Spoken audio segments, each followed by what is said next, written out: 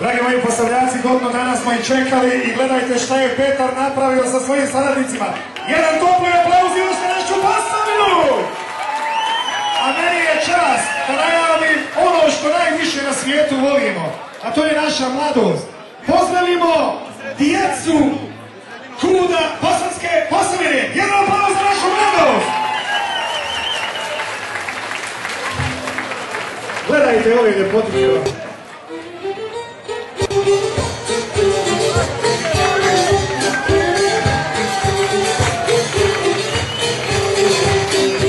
Može žešći aplauz!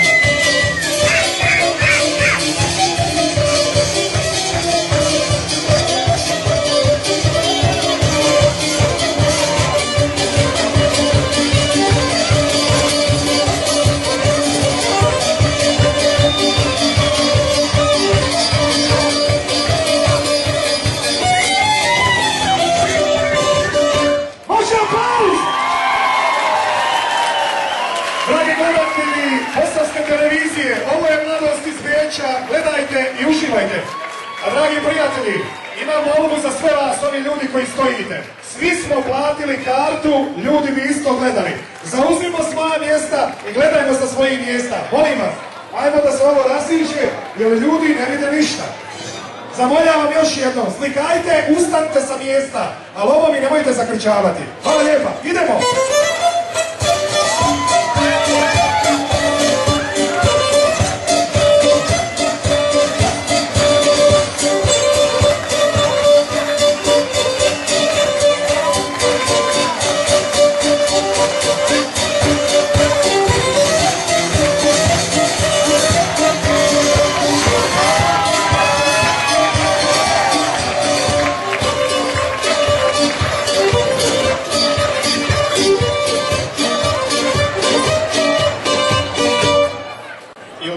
Prijatelji moji, svevišnjem Bogu zahvali želim, dar mi je dao da pjesme pišem, da vaša srca pjesmom veseli.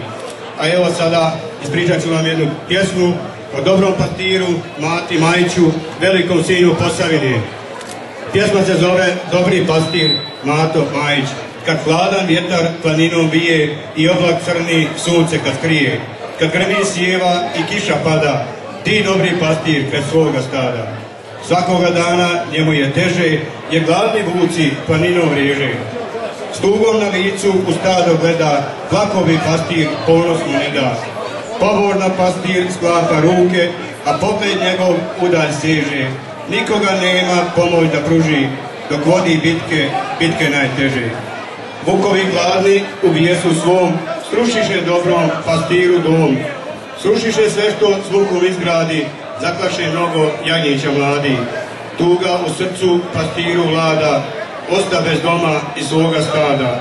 Prolaze dani i noći tužne, prolaze ljeta godine ružne. Pastirskim srcem radost zavlada, kad nađe jagnje i svoga stada. I stalno dobri pastir sasniva, dok traje duga i mračna noć, kada će svoje skupiti stado i s njime kraju planinsko poć. Hvala. Hvala Mirko, inače